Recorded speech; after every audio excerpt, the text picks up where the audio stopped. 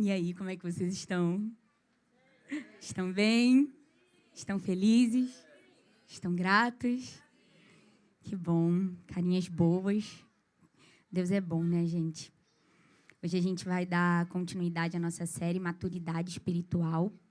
Essa série é baseada na carta de Paulo aos Coríntios, a primeira carta de Paulo aos Coríntios. E, ao longo dessas semanas, nós temos visto o apóstolo Paulo tratar de alguns assuntos. Ele veio falando sobre a comida sacrificada a ídolos, ele falou também sobre a liberdade cristã, ele falou sobre direitos e sobre abrir mão dos seus direitos. E hoje, Paulo continua tratando desses temas, então o tema central ainda não mudou, tá? Na semana passada, na exposição que o Tiago fez aqui do capítulo 9, nós vimos o apóstolo Paulo se apresentando como um exemplo positivo de alguém que abria mão dos seus direitos por amor a Deus, por amor ao Evangelho, por amor à igreja, por amor ao outro. E hoje, no trecho que nós vamos tratar, que é 1 Coríntios 10, dos versículos 1 até o versículo 13, Paulo também vai dar um exemplo, só que um exemplo negativo. Ele vai utilizar a história do povo de Israel como um alerta para os coríntios. Ao que parece, Paulo queria alertar esses irmãos, trazendo o exemplo de um grupo que tinha muitos benefícios, que tiveram muitos direitos, mas que não souberam utilizar da forma correta. Então, esse alerta é principalmente para aquele grupo dos fortes. Vocês se lembram que eu trouxe aqui, algumas semanas atrás, aquele grupo que batia no peito e dizia: para mim não tem problema nenhum sentar na mesa de um templo pagão, comer aquela carne, participar dessa festa, eu não vou ser afetado por isso. Mas o que Paulo queria que eles tivessem atenção é que talvez não seria desse jeito. Eles poderiam cair num pecado de idolatria, talvez de imoralidade, simplesmente por estarem ali. Então, assim como os israelitas caíram em pecados terríveis por abusarem da graça de Deus, os coríntios poderiam ir pelo mesmo caminho, tá? Então, ele faz esse alerta, né? Se você está de pé, cuidado. Cuide-se para que vocês também não caiam. Então, vamos para o nosso texto, 1 Coríntios, capítulo 10, dos versículos 1 até o versículo 13. E ele diz assim: ora, irmãos, não quero que vocês ignorem que os nossos pais estiveram todos sob a nuvem e todos passaram pelo mar. E todos em Moisés foram batizados, tanto na nuvem como no mar. Todos eles comeram do mesmo alimento espiritual e beberam da mesma bebida espiritual, porque bebiam de uma pedra espiritual que os seguia, e a pedra era Cristo. Mas Deus não se agradou da maioria deles, razão pela qual ficaram prostrados no deserto. Ora, estas coisas se tornaram exemplos para nós, a fim de que não cobicemos as coisas mais como eles cobiçaram. Não sejam idólatras, como alguns deles foram. Conforme está escrito: o povo assentou-se para comer e beber, levantou-se para se divertir. E não pratiquemos imoralidade, como alguns deles o fizeram e caíram mortos num só dia, 23.000. Não ponhamos Cristo à prova, como alguns deles fizeram e foram mortos pelas serpentes. Não fiquem murmurando, como alguns deles murmuraram e foram destruídos pelo exterminador.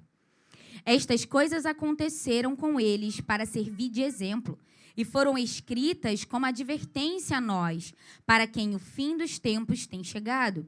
Por isso, aquele que pensa estar de pé, veja que não caia. Não sobreveio a vocês nenhuma tentação que não fosse humana, mas Deus é fiel e não permitirá que vocês sejam tentados além do que podem suportar. Pelo contrário, juntamente com a tentação, proverá livramento para vocês. Provamento para que vocês a possam suportar. Desculpa, a letra aqui diminuiu. Então, se a gente fosse dividir esse texto em algumas partes, seria de 1 a 4, Paulo vai falar sobre as bênçãos dos israelitas. Do 5 ao 10, ele vai mostrar os pecados deles e também as suas consequências. E nos versículos 11 e 13, ele vai dar algumas lições para os cristãos. Então, assim, de modo geral, aí no verso 1 e 2, Paulo ele começa a apresentar esses benefícios do povo de Israel, tá? E ele, então, relembra a história desse povo. E ele diz que todos eles passaram, todos eles estiveram sob a nuvem. E o que significa isso? Aquilo que a gente já conhece da história deles, né? Eles foram guiados pela presença de Deus. E olha que privilégio, que povo pode dizer que aconteceu isso consigo, né? Mas eles poderiam dizer. Então, durante o dia, uma coluna de nuvem os seguia e durante a noite, uma coluna de fogo. Então, essa era a representação da presença de Deus guiando aquele povo. Paulo também diz que eles passaram pelo mar. Então, é aquela famosa história que a gente conta até para as crianças, né? De que Moisés abriu um mar vermelho para que o povo pudesse passar. Enquanto o povo de Deus passou pelo mar a seco, né? Faraó e seus cavaleiros eles foram destruídos e foram todos mortos. E Paulo diz também aí no verso 2 que eles foram batizados em Moisés. Então, não há um consenso sobre o que Paulo realmente estava querendo dizer com essa fala, mas o que fez sentido para mim é que Paulo está querendo dizer que esse povo ele se submeteu à autoridade de Moisés. Tá? Então, assim como a gente, quando se batiza em Cristo, quando nos batizamos, nós nos submetemos à autoridade de Cristo, aqui esse povo ele estava se submetendo à autoridade de Moisés. Tá? Por isso ele fala que eles foram batizados em Moisés. Então, ele traz esse exemplo dos pais deles, dos seus antepassados, como um alerta, para que os coríntios não caíssem nos mesmos erros. Versículos 3 e 4. Paulo diz assim: todos eles comeram do mesmo alimento espiritual e beberam da mesma bebida espiritual, porque bebiam de uma pedra espiritual que os seguia, e a pedra era Cristo. Então, esse alimento espiritual é uma referência ao famoso maná. Vocês se lembram? Que todos os dias o Senhor alimentava aquele povo com um maná. Ele alimentou também com cordonizes caindo do céu. E Paulo utiliza um adjetivo, não sei se vocês perceberam, mas ele diz que o alimento era um alimento espiritual e que a bebida também era uma bebida espiritual. Isso não quer dizer que Paulo ele duvidava do aspecto físico do alimento e da bebida. Não é isso. Mas o que ele está deixando claro com esse adjetivo é da onde que vinha. Era divino. Era espiritual. Era o próprio Deus que dava isso para eles. Né? Não era nenhum homem que conseguia, com as suas próprias forças, conquistar aquilo ali, mas era o próprio Deus que, por sua bondade, dava àqueles irmãos. Por isso era sobrenatural, era espiritual. E ele fala sobre essa bebida espiritual que vinha de uma rocha e que essa rocha os seguia. Isso é interessante porque traz uma lenda judaica aqui por trás desse versículo. Então, o que Paulo está trazendo aqui era algo que, tradicionalmente, os judeus provavelmente entenderiam muito bem. Eu não sei se vocês lembram, com certeza vocês lembram, né, de 2 episódios referentes a essa rocha. O primeiro é lá em Êxodo 17, quando o povo ele começa na sua trajetória ali no deserto, e eles começam a fazer o quê? Murmurar, que isso eles faziam que era uma beleza. Ô povo bom para murmurar, né? E eles começaram a reclamar que eles estavam com sede, Então Deus fala a Moisés: tá vendo aquela rocha? Vai até aquela rocha, bata naquela rocha e vai sair água. E aí você dá água para o povo. E assim Moisés faz. E depois, lá em Números 20, que é um segundo episódio onde isso acontece, a mesma coisa acontece. Os irmãos, os judeus ali começam a reclamar que estavam com sede, murmurar. Deus fala: vai naquela rocha e fala a rocha para que ela saia a água. E o que Moisés fez? Bate na rocha. A água sai da rocha. Mas Moisés perde o direito de entrar na terra prometida, né, por causa desse ato aí de desobediência.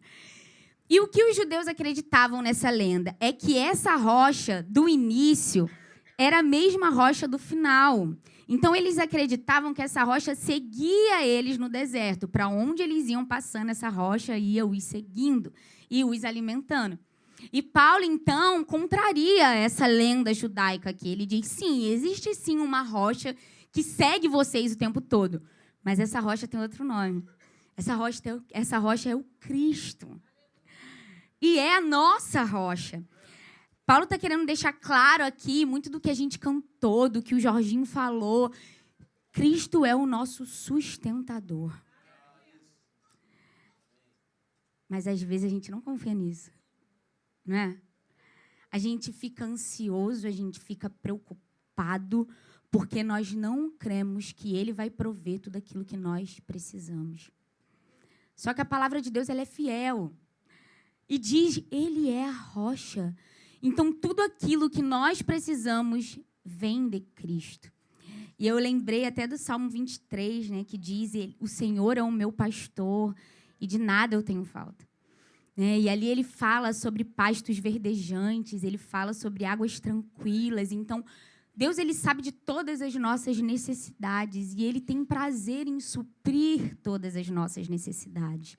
Então, aqui, quando Paulo fala do alimento e da água, tudo isso apontava para Cristo. E Cristo, Ele era a fonte de todas as bênçãos do povo de Israel no deserto. E Cristo é a fonte de todas as bênçãos que eu e você recebemos hoje.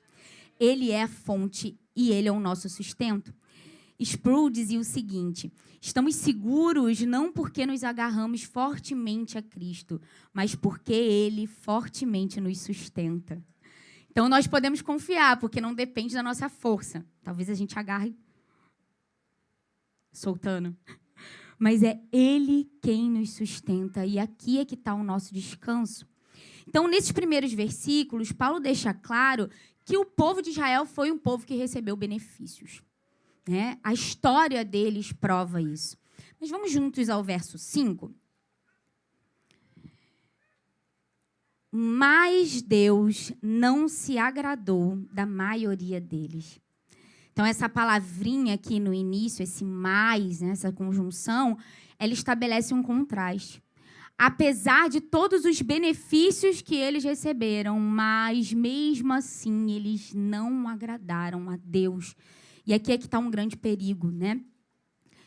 E quando a gente olha para a história deles, a gente vê também, óbvio, muitos benefícios, mas a gente vê também a justiça divina. E uma desses episódios que fica claro é o fato de somente 2 homens de todo aquele grupo que saiu lá do Egito terem entrado na Terra Prometida. Vocês se lembram quem foram os 2? Josué e Caleb. Então, imaginem, gente, toda uma geração ficar pelo deserto por causa da sua desobediência. Então, ali os seus filhos entraram na terra prometida, mas daquela primeira geração que viu todas essas coisas, somente 2 homens foram salvos. E ele diz que eles ficaram prostrados no deserto. Essa palavra prostrados é como se fosse esparramado. Então, traz uma ideia de vários cadáveres sendo jogados no deserto. Então, essa palavra aqui no grego não é à toa. É para enfatizar que a morte deles não era uma morte simplesmente comum. Não era por causa de velhice, por causa de problema cardíaco, não. Era a própria ira de Deus sendo manifestada sobre eles. Então, era o resultado do castigo da desobediência. Então, eles foram realmente castigados por causa dos seus atos. Versículo 6. Ora, essas coisas se tornaram exemplos para nós, a fim de que não cobicemos as coisas mais como eles cobiçaram. E aqui também era uma das coisas que eles faziam, né? Eles lembravam da época do Egito, saudade da cebola, saudade do alho, e cobiçavam essas coisas, né? E é interessante que Paulo aqui revela como que conhecer a história vale a pena, né? Porque eu lembrei até da história da igreja, que uma das primeiras aulas ali, se eu não me engano, a primeira aula do curso da história da igreja da Carol Basso, ela dá motivos para você estudar a história da igreja. E um dos motivos é justamente para que você não caia nos mesmos erros do passado. Então, tem muita gente pregando, tem muito vídeo na internet comunicando falsa teologia que já foi banida em concílios há muito tempo atrás. Mas, por não conhecer a história, a gente acaba caindo nos mesmos erros. Então, Paulo ele liga esse alerta. O que eu estou contando para vocês aqui, o que eu estou relembrando a vocês, não foi uma lenda. Não é uma história que eu inventei da minha cabeça, não. Isso foi real. Isso aconteceu de fato com aquele povo. Então, vocês precisam ligar esse alerta para que vocês não caiam no mesmo erro. E eu aprendi uma frase no quartel, de toda a minha formação, se tem uma coisa que entrou em mim, foi quando eu ouvi uma vez um sargento falando: o sábio, ele aprende com o erro do outro. Então, não precisava a gente receber a punição. Quando a gente viu o amiguinho fazendo alguma coisa errada e recebendo a punição, a gente aprendia automaticamente a não fazer aquilo, porque senão nós também receberíamos o nosso castigo. Então, que a gente realmente tenha isso como uma verdade, né? O sábio, ele aprende com o erro do outro. Então, a história pode nos ensinar. Até mesmo a história do povo de Israel pode nos ensinar. E aqui do versículo 7 até o versículo 10, Paulo ele vai revelar algumas práticas do povo de Israel. Dentre essas práticas estão a idolatria, a imoralidade, o provar a Deus e a murmuração. E ele faz esse alerta aos coríntios porque eles estariam com risco de cair nesses mesmos pecados. E nós precisamos prestar atenção a essas palavras, porque o mesmo risco é estendido a nós hoje. Versículo 7, ele diz: não sejam idólatras, como alguns deles foram. Conforme está escrito, o povo assentou-se para comer e beber, levantou-se para se divertir. Então, essa advertência aqui contra a idolatria, ela vem muito a propósito, em vista daquilo que Paulo estava querendo tratar ali com o povo de Corinto. Ele está falando sobre essa idolatria, ele está falando sobre comidas sacrificadas a ídolos, como que numa cidade extremamente idólatra, um cristão poderia sobreviver e glorificar a Deus independente do seu meio. Então, parece que Paulo lembra do povo de Israel, que era um povo marcado pela idolatria. E aqui, essa frase que está entre aspas, ela foi retirada lá do texto de Êxodo 32. E vocês se lembram do que aconteceu lá em Êxodo 32? É o episódio do bezerro de ouro, né? Então, Moisés ele tinha subido ao monte para receber as tábuas da lei, e Moisés demora, né? Moisés está ali em torno de 40 dias e 40 noites direto, e o povo começa a ficar agoniado. E eles começam a questionar Arão. Assim, ele deve ter morrido lá em cima. E a gente está aqui, tirou a gente do Egito, a gente estava bem lá, né? Trouxe a gente para cá, para esse deserto, e agora a gente vai morrer. A gente vai morrer de fome, a gente vai morrer de sede. Então, eles induzem Adão. Nós precisamos de um Deus, nós precisamos ser salvos disso. E então, Arão vai lá e faz o quê? Recolhe os ouros que eles tinham, né? Os anéis, as pulseiras, derrete e faz um bezerro de ouro. Aí agora eles se sentem seguros, porque eles têm ali diante deles uma imagem, né? E eles começam a fazer o quê? Adorar aquela imagem. E os rituais pagãos, obviamente, eles envolviam outras coisas, não era somente a adoração. Então, tinha a bebida, tinha a dança, tinha a promiscuidade, tá? E ali, quando Moisés desce, o que eles estão fazendo? Eles se levantaram simplesmente para se divertir, comendo, bebendo, né? E ali realizando esse ato de idolatria. Então, Paulo utiliza desse exemplo para nos deixar um imperativo, para o povo de Corinto. Não sejam idólatras. Por muito tempo, se eu ouvisse isso aqui, eu ia falar assim: mas Paulo, eu sou evangélica. O evangélico, ele não é idólatra. Eu não sei se você sabe, mas o idólatra é o católico, né? Porque eles é que tem o santinho que vai lá todo dia e que ora e que pede para aquele santo. O evangélico, não. Eu lembro, algumas pregações marcaram a minha vida, mas eu lembro de uma pregação do Leandro Vieira que se chama Idolatria Evangélica. E quando eu ouvi aquela pregação, eu falei: meu Deus, eu me assustei, eu sou uma idólatra. Até então, eu achava que estava tudo tranquilo e que nesse pecado da idolatria eu não iria cair. E a gente fala muito aqui na comunidade, a gente sempre faz esse alerta, né? Não é à toa que Calvino diz que o nosso coração ele é uma fábrica de ídolos. Porque É impressionante a facilidade que nós temos de criar ídolos no nosso coração. E um ídolo não necessariamente é um santinho de barro ou de madeira. Um ídolo é tudo aquilo que rouba o lugar de Deus no nosso coração. Um filho pode ser um ídolo. Um casamento pode ser um ídolo. O dinheiro pode ser um ídolo. O sucesso pode ser um ídolo.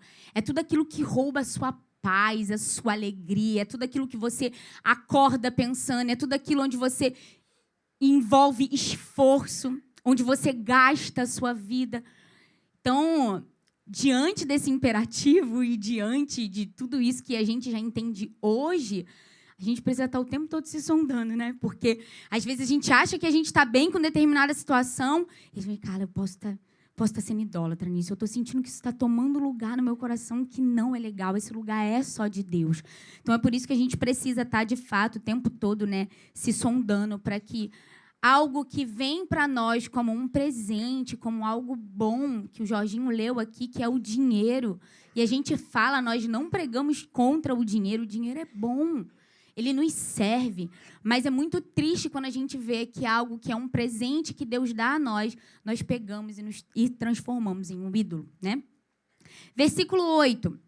Mais um imperativo que Paulo dá. E não pratiquemos imoralidade. Como eu falei para vocês, os ritos pagãos, eles normalmente envolviam, né, as bebidas, as comidas e esses atos de imoralidade. Até lá em Corinto, né, naqueles grandes templos, havia a figura das prostitutas cultuais, que eu cheguei a comentar aqui, né, que eram sacerdotisas que serviam a esse Deus justamente participando, né, se envolvendo dessas relações sexuais. Então, era comum também ter relação homossexual durante esses atos de adoração a esses deuses. Então, por isso, ele faz esse alerta, para que não caiam, né, em devassidão. E ele endossa esse argumento, trazendo o exemplo lá de Números 25, se vocês quiserem ler depois, onde o povo de Israel foi seduzido por moabitas e 23 mil homens morreram por causa disso. Isso podia começar a acontecer, né? Ia ser divertido, né? Ia ser legal. Acho que rapidinho as pessoas iam começar a acordar, né? Versículo 9, mais um imperativo de Paulo. Não ponhamos Cristo à prova, como alguns deles fizeram e foram mortos pela serpente. E eu queria ler esse texto, Números 21, 4 e 5. Não dá para a gente ler todos eles, mas esse em especial eu queria ler para que vocês prestassem atenção dessa relação de Deus com o povo, tá?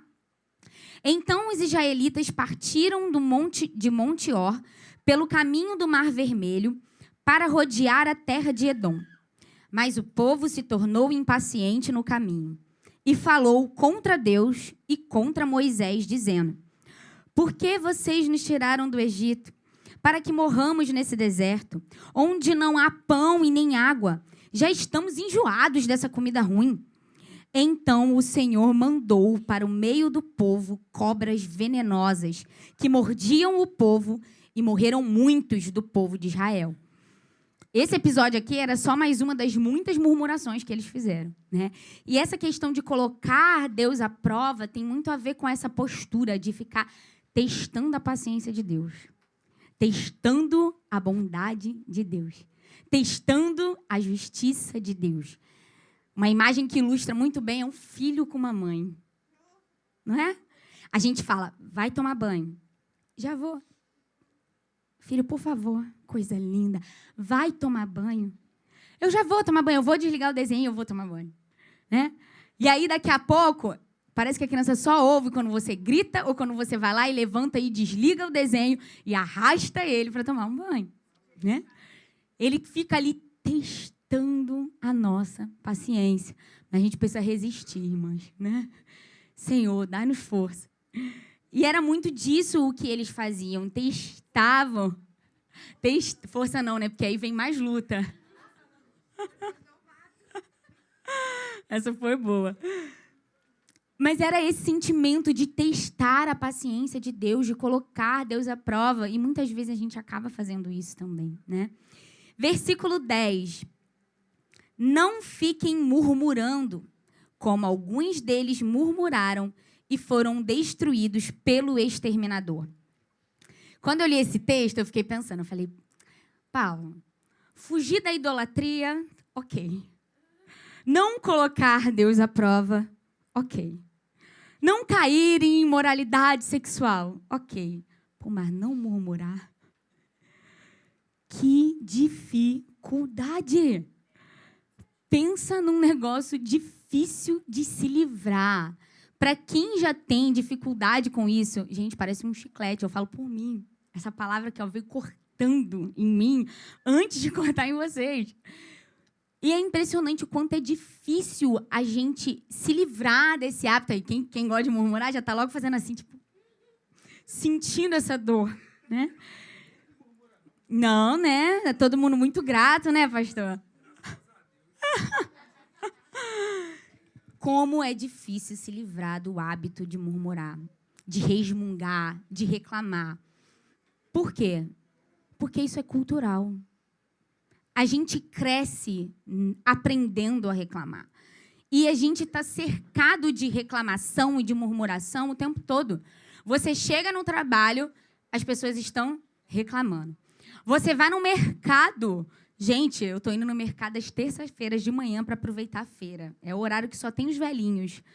Todos aposentados, né? A vida tranquila. E estão eles lá no mercado fazendo o quê? Reclamando. Aí fica eu na fila, né, com brócolis, com a couve-flor e ouvindo os velhos reclamarem. Você está no ambiente de casa, tá, o quê? Os filhos estão fazendo o quê? Reclamando. Se você tem uma esposa como o meu, provavelmente ela vai reclamar de alguma coisa. Senhor, liberta-me. E esse versículo, gente, me fez lembrar de um podcast que eu ouvi há meses atrás, daquele doutor Jonatas, que é um psiquiatra lá do Jesuscope.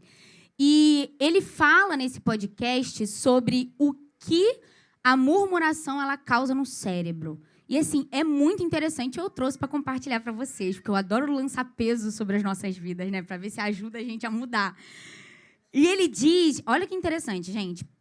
Ele fala que, inicialmente, o reclamar, o resmungar, ele libera dopamina no nosso corpo. E a dopamina, ela é o hormônio do prazer. Então, em certo sentido, quando a gente começa a reclamar, a gente gosta, sabe? Faz bem para a gente. Porque é como se o nosso cérebro entendesse que nós não podemos mudar aquela situação. Mas, ao reclamar, é como se nós estivéssemos fazendo algo em relação àquilo. Então, traz para nós essa sensação de prazer, de alívio. Só que esse hormônio, ele é o mesmo hormônio liberado em alguém que utiliza, por exemplo, drogas ilícitas. Então, ele é altamente viciante.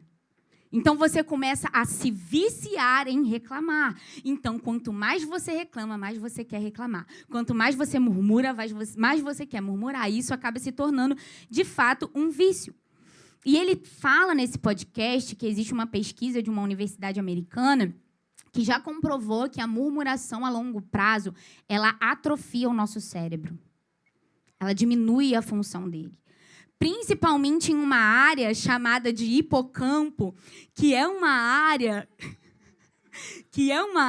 responsável pelas novas aprendizagens e pela memória. Gente, olha isso.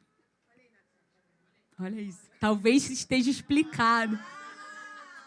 Eu pensei nisso.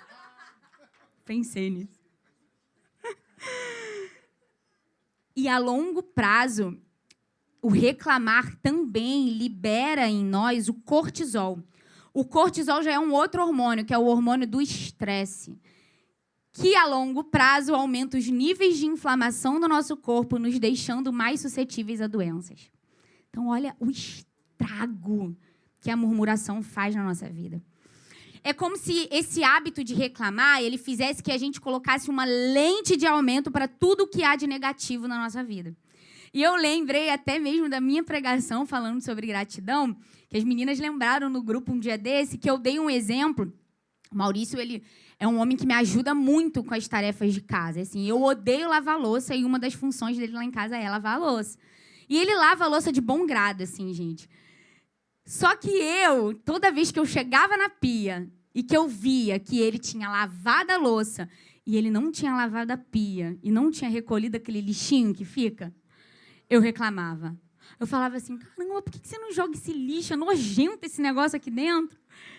Mas olha a nossa lente. Ao invés de eu agradecer por ter um marido que lavou a louça, com aqueles 40 talheres que eu uso para fazer um jantar. Um arroz, 40 colheres. É desse jeito. Sério, Jorginho. Ao invés de agradecer, o que eu fazia? Eu reclamava. Eu murmurava.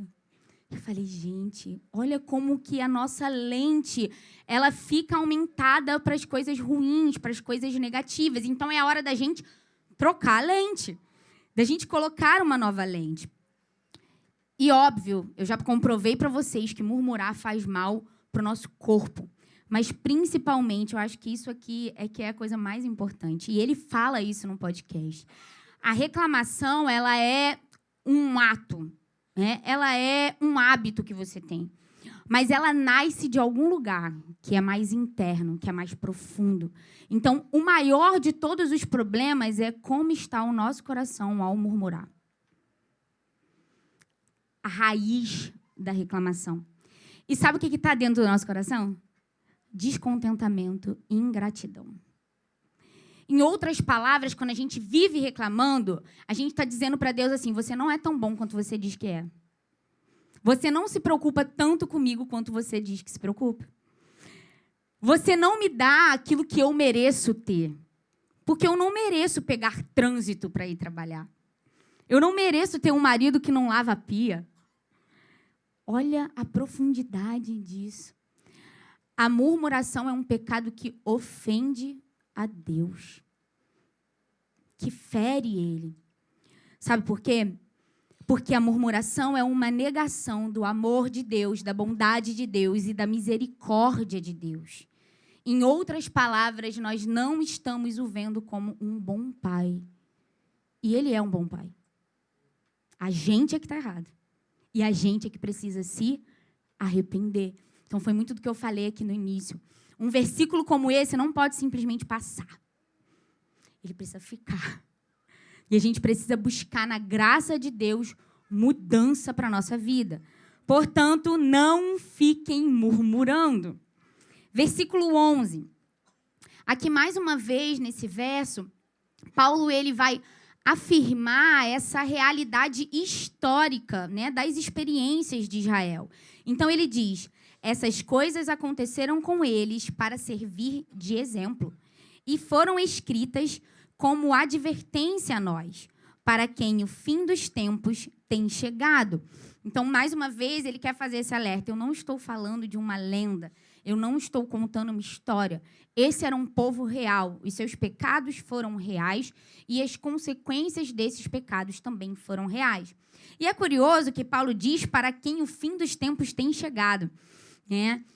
É porque nessa época era os fim dos tempos e hoje também é o fim dos tempos, né? Então, desde o momento em que Jesus ele ascende aos céus, é considerado esse período, né, da pré-vinda de Jesus. Por isso que ele usa essa expressão. E então, Paulo acende uma luz vermelha, eu posso dizer assim. Ele já deixou claro quais foram os benefícios do povo de Israel. Ele deixou claro ali tudo aquilo que aqueles irmãos faziam como um alerta para o povo de Corinto, como um alerta para nós, para que a gente também não haja dessa maneira. E aqui no versículo 12, ele diz o seguinte: por isso, aquele que pensa estar de pé, veja que não caia. E é, inclusive, o tema da nossa mensagem de hoje, né? Paulo, ele conclui num estilo bem quem avisa, amigo é. Cuidado. Sejam sóbrios. Sejam vigilantes. E esse versículo me fez lembrar de uma situação que funciona muito bem como uma ilustração para que vocês, né, e para que eu também não esqueça o que Paulo está querendo dizer aqui. Né? Qual é o ensino por detrás desse versículo. Há alguns anos atrás, eu e o Maurício, pela graça, né, pela bondade de Deus, a gente foi conhecer a neve. E, assim, foi muito, muito, muito legal. E, durante essa viagem, a gente aprendeu a esquiar. Mas pensa numa coisa legal, mas difícil. Muito difícil. Porque a neve ela é muito escorregadia. Aí você tem que ter coordenação motora para ficar em pé com o esqui. E para piorar, quando você começa a melhorar um pouquinho, sabe o que eles fazem? Eles pegam um teleférico, te colocam em um teleférico, aí você tem que pular daquilo dali, saltar em pé e começar a esquiar. Muito legal, mas muito difícil. Eu lembro que o nosso primeiro dia de aula eu só caí.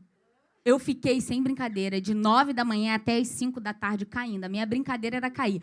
Eu andava 20 metros, caía, levantava. Andava 20 metros, caía e levantava.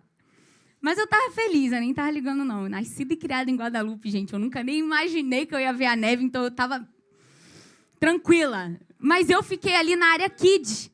Fiquei junto com as crianças e sem preocupação em relação a isso. Para mim, estava de boa.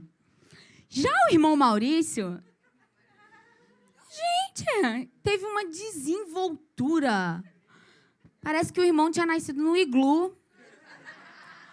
Uma facilidade. E eu ficava até incomodada. Que eu falava assim, gente, ele não vai cair. É sério? E ele, no primeiro dia, já ficou de pé, já conseguiu pegar uma pista pequenininha enquanto eu estava na área kids. E ele esquiou super bem, sem brincadeira, gente. Ele foi muito bem. Eu acho que é porque ele já tem facilidade também com o esporte, né? Por causa do futebol. Eu acho que deve ser por causa disso. Ele é competitivo, ele provavelmente levou isso pro coração, né?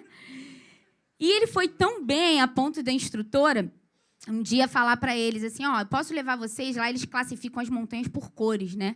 Então, black é a pior, aí tem a laranja, tem a amarela. E tinha uma montanha azul, que é a montanha azul, que é uma montanha com um grau de dificuldade maior. Aí ela falou, olha só, eu posso levar vocês para essa montanha, mas o grupo todo não pode ir. Né? Só você e você. E era o Maurício e o sobrinho dele. Então, eles foram sozinhos para essa montanha. E eles conseguiram subir a montanha e esquiaram super bem. Eu lembro que a gente filmou a descida deles e todo mundo vibrando, porque, assim, em poucos dias eles conseguirem isso de ir numa montanha com um grau de dificuldade desse, foi muito legal. E eu lembro que, por algum motivo, em um dos dias da viagem, a gente decidiu ficar ali pelo hotel. E o hotel ele fornecia uma pista que era uma pista pequenininha, que era mais para as crianças, que era a que eu mais gostava, porque eu já sabia tudo dela. Não tinha dificuldade nenhuma. E nesse dia, a gente está ali brincando com os sobrinhos dele, descendo. Daqui a pouco, o Maurício tomou um tombo. Mas um tombo que ele rolou não sei quantas vezes na neve. E a Tainá cantou aqui, a roupa dele ficou alva como a neve, de verdade. E a gente ficou ali olhando, tipo assim, eu não acredito que você caiu aqui. Você deveria ter caído lá na pista azul, que era difícil. Aqui, onde as crianças de 5 anos de idade ficam brincando. Você caiu aqui. E o que atrapalhou o Maurício? Foi a confiança. E é o que nos atrapalha hoje também. Eu tenho certeza que quando ele desceu aquela pista azul, ele desceu preocupado. Ele desceu atento, ele desceu vigilante, ele prestou atenção em todas as orientações da professora. Ele, com certeza, não decidiu ir para a direita se ela estava indo para a esquerda. Então, ele estava atento.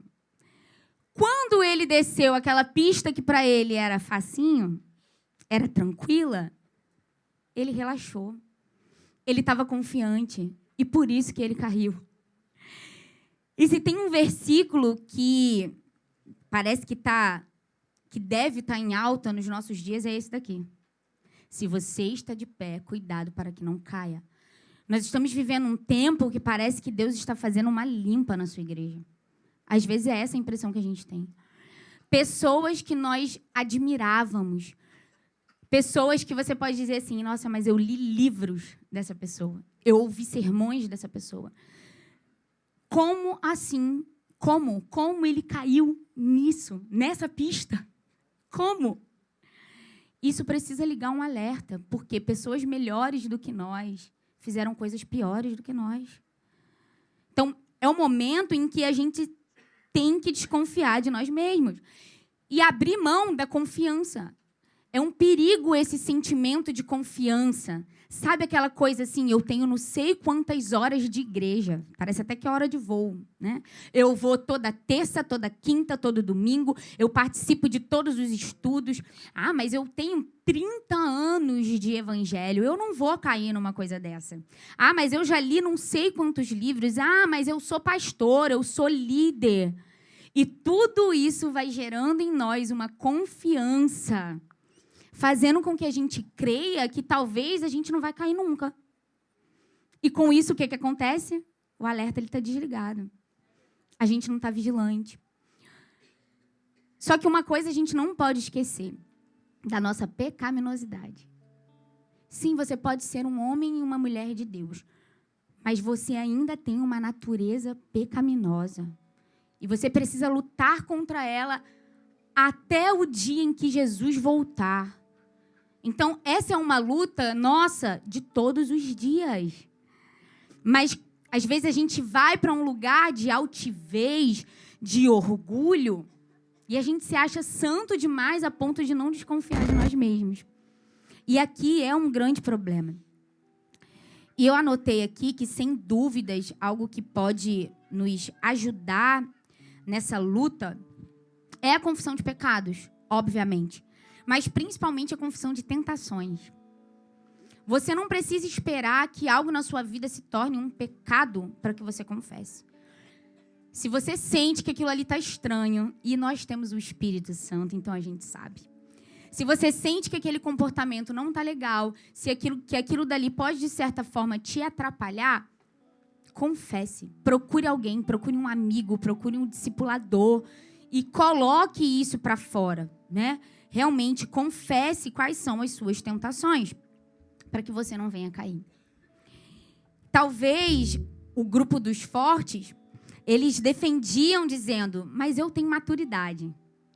Eu posso sentar na mesa de um templo, eu posso comer daquela carne. Eu posso ver as prostitutas cultuais, eu posso ver as bebidas e o exagero e a devassidão, e nada disso vai me atrapalhar. E o que Paulo está questionando aqui é, será? Será? E é essa pergunta que nós temos que fazer muitas vezes. Será? Será que eu preciso arriscar nesse nível? Versículo 13. E aqui está um consolo para nós, né? Não sobreveio a vocês nenhuma tentação que não fosse humana. Então, Paulo deixa claro aqui que a tentação ela é inerente à raça humana. Ou seja, infelizmente, nós vamos ter que lutar com isso por toda a nossa vida. Até Jesus voltar e glorificar o nosso corpo, nós seremos tentados. E essa palavra tentação, muitas vezes a gente olha para ela e olha com um aspecto negativo da coisa, né? Como se a tentação ela fosse simplesmente para nos derrubar. Então é aquela coisa que os evangélicos fazem muito bem, que é jogar tudo na conta do inimigo, né? É o inimigo que se levantou, é o inimigo que fez isso. Mas aqui nesse versículo em especial, ela traz um sentido de prova. E Deus pode estar por trás disso. Deus, ele nos prova para nos aprovar, não para nos reprovar.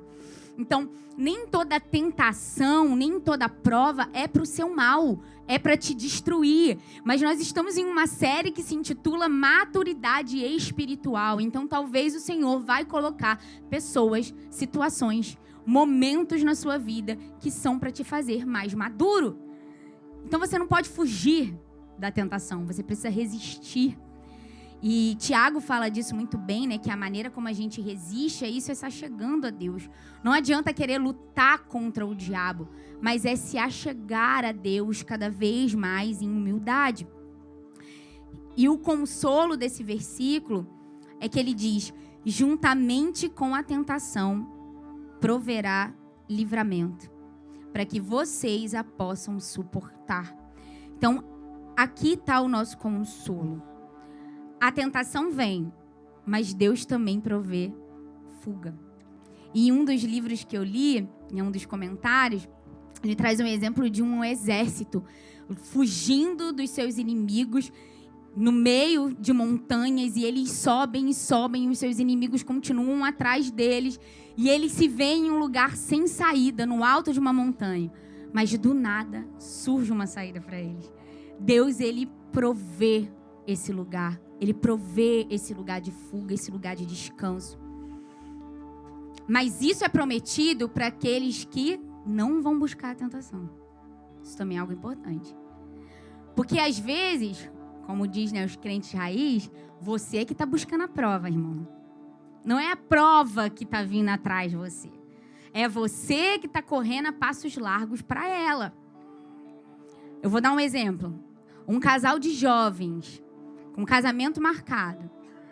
Ah, não, mas a gente vai ficar aqui em casa, sozinho, assistindo uma série, no meu quarto. Uma série cheia de conteúdo pornográfico. Aí depois que a pessoa cai, ela fala assim, poxa, mas Deus falou que iria me livrar da tentação e não me livrou da tentação. Não, você está buscando por isso. E é interessante que no versículo 14, que é o que vai ser tratado na semana que vem, Paulo diz assim, fujam da idolatria. Então, vocês conseguem perceber que existe uma ação que é nossa? Fujam, corram. E isso me faz lembrar de José. O que ele fez lá com a mulher de Potifar? Ele não ficou tentando resistir. Ele, eu vou fugir, eu vou meter o pé.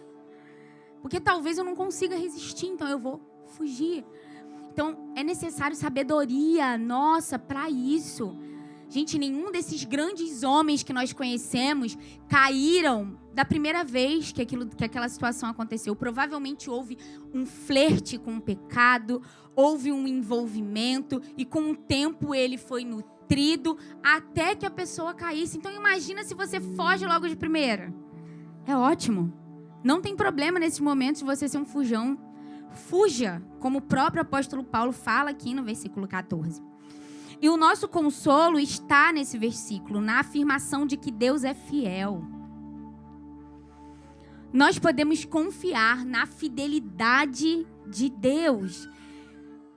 Se Deus diz que nós vamos fazer a sua vontade, se Ele nos dá o seu Espírito para que nós possamos obedecer, para que Ele nos lembre a palavra, para que Ele nos oriente, então nós podemos confiar nisso. Não nas nossas forças, mas na graça de Deus e na sua fidelidade. E é interessante que em relação a esse tema, Paulo, na semana que vem, ele vai continuar falando sobre comidas sacrificadas a ídolos, sobre conselhos à idolatria. Parece que a questão aqui era que os coríntios, esse grupo dos fortes, eles acreditavam que não tinha problema nenhum em eles optarem em estarem participando daquele momento. Mas Paulo está dizendo para eles, cara, talvez vocês estejam participando de um rito pagão. Vocês estejam ali adorando demônios simplesmente por estarem juntos. Vocês podem cair em imoralidade e idolatria. Então, é preciso ligar um alerta, né? E Deus, nesse texto que a gente vai ler na semana que vem, isso eu achei muito lindo. Ele também aponta para os coríntios um caminho de fuga. Então, se o problema de vocês são as festas pagãs, eu vou dar uma festa para vocês. E ele fala da ceia do Senhor e da comunhão. Não há necessidade mais de vocês sentarem num templo pagão e se juntarem com os ímpios e participarem daquilo. Eu tenho algo muito melhor para vocês. E aí ele vai falar sobre a ceia e sobre a comunhão. Como o nosso Deus é perfeito. Como Ele sabe tanto das coisas. E como eu falei, essa postura aqui para aqueles irmãos, e aqui eu concluo, era algo normal. Mas Paulo alerta, vocês podem estar à beira do precipício. Então, um cuidado que nós precisamos ter. Cuidado com não tem nada a ver. Cuidado. Ah, mas essa situação... Não, isso é tranquilo, não tem nada a ver. Irmão, foge. Foge, que é o melhor que você tem a fazer. A caminhada com Deus é uma caminhada que requer vigilância. E isso não é só quando você está iniciando a sua jornada com Ele. Isso não é só para os seus primeiros anos de convertido. Você pode ser um pastor que pastoreia uma igreja há 40 anos e ainda assim você precisa ser vigilante. Ainda assim você precisa tomar cuidado. Então nós não podemos superestimar a nossa capacidade de resistir ao pecado. Não, mas eu sou muito santo. Eu sou muito santa. Nisso eu não caio. Cuidado. Então, nas palavras do nosso irmão Wagner, vigia. Vigia.